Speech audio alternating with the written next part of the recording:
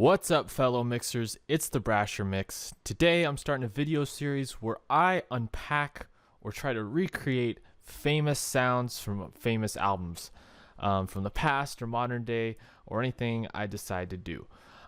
Today I'm tackling the Born in the USA drum sound. So that really gated, bombastic 80s, tons of reverb sound. That's what I'm going for. That's what I'm trying to recreate. I'm trying to get as close to that as I can. So that's what this video is going to be about. So if you're interested in seeing how I can achieve that, well, this video is for you. So first off, I'm going to open up my drum VST. I'm using Easy Drummer. I know a lot of people have this software. It's not even the most expensive or newest tune track software, but it's really good software. A lot of good drum sounds. It's really, as the name implies, easy to use. I am a big fan of this software package. So usually I would bring in stems from the original track, so I'd bring in something from off that album, but because that'll probably get flagged for copyright, I'm not going to play any of the album's tracks while I'm making this video, but you can have them close by or on hand while you're listening to this video and judge to see if I was able to recreate this sound. Now, I've listened to this album a lot, so I pretty much know what it is in my head, and I'm going to get as close as I can to that. So when I'm thinking of this drum sound, I'm thinking of the opening track, Born in the USA. Big snare sound, Born in the USA, right? Really bombastic, really awesome track. The drum sound does vary a bit throughout each song, and you're going to get that on albums. The drum sound's not going to be 100% the same, but I'm just trying to land in the general ballpark here. For example, on maybe the opening track or a track like Darlington County or Glory Days, that snare is going to be big because there's a lot of time between hits, a lot of time for sustain. If you have a quicker track, like Working on the Highway, right, the gain on that snare is going to be a lot tighter. And so I'll go over that a little bit. But if I'm just trying to get maybe that first track sound, I'm going to go to the Easy Drummer 80s preset. Now you see I do have a lot of expansions from Easy Drummer. You don't necessarily need them, but I do borrow some sounds from the hard rock kit and even the metal kit, and I'll show you which ones I do borrow. So this is the 80s kit sound, right? Really gated reverby sound. I'm actually going to drag this MIDI file in here so I can hit play whenever I want to preview what I've done so far. So this is what I'm going to start with. I'm actually going to fill in the rest of the toms.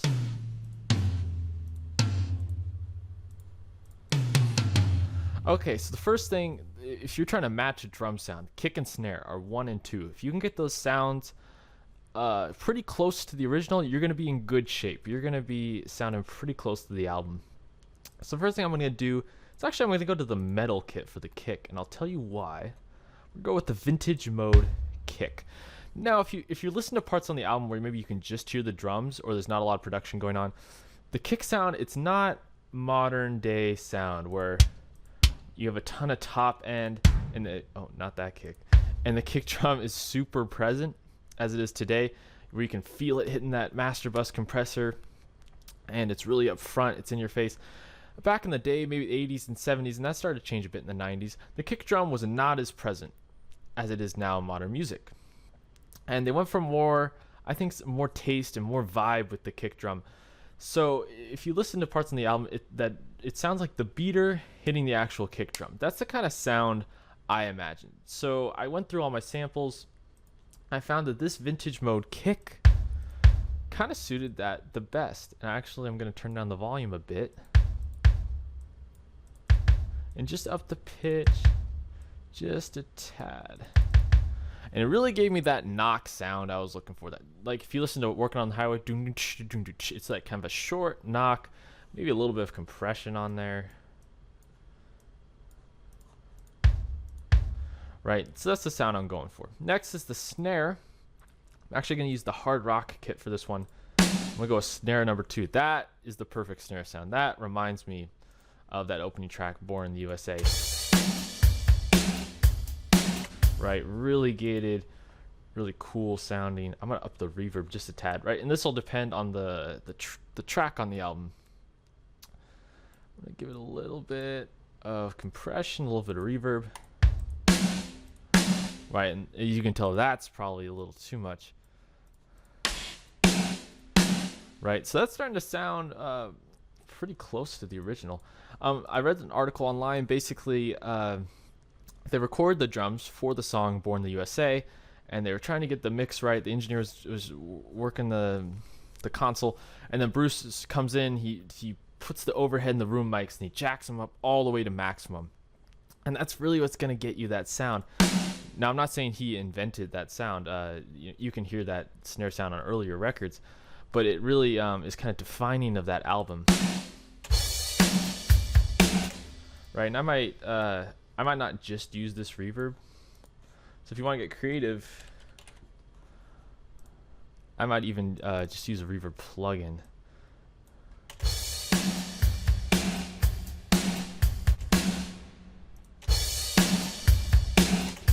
I'm not gonna spend too much time messing with that, but that really gets the sound we're going for. In terms of the hat, this modern hat I think is a little too clean for me. Let me go with the vintage hat.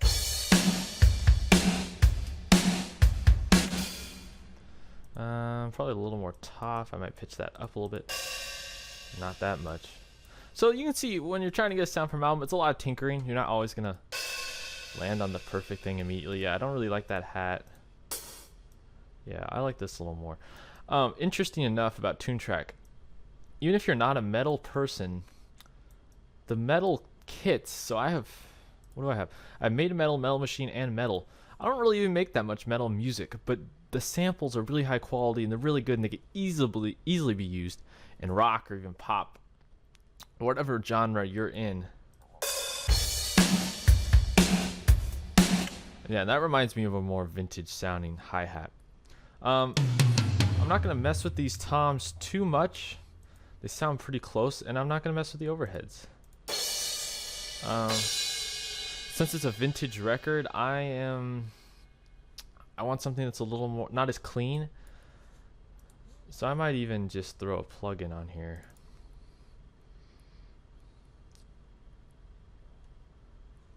And I'm just going to drive these drums a little bit.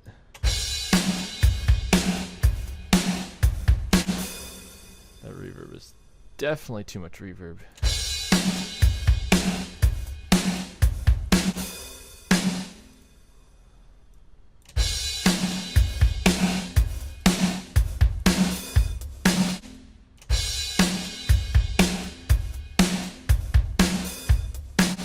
So that's if you threw some plugins on there.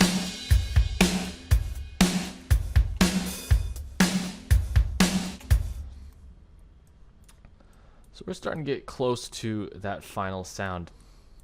I actually have a preset in here called Born in the USA. Let's see how close I ended up getting to that. This is a preset I made a while back. So it sounds pretty close. Basically, these are my easy drummer settings. I just wanted to take you through the process, not just show, here's my preset, here you go. I want to show you my reasoning behind it. But all the instruments are basically the same. I think this hi-hat, I like that hi-hat I chose earlier. There we go.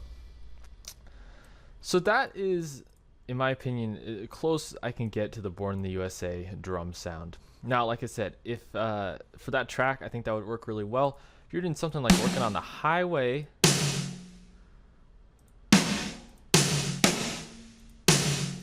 I might do something like that and then turn the reverb down.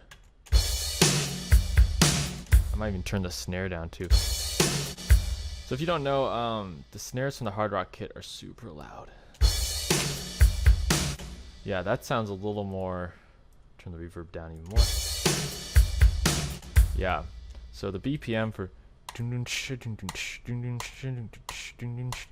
gonna go to like 160 BPM for that. Let's just, right, so maybe a faster track, you know, dancing in the dark, work on the highway, you know. Right, you don't want as much time for that snare hit to ring out, because then the next hit's going to come and then they're going to overlap and it's going to sound really muddy. So that's when you might want to dial back the reverb.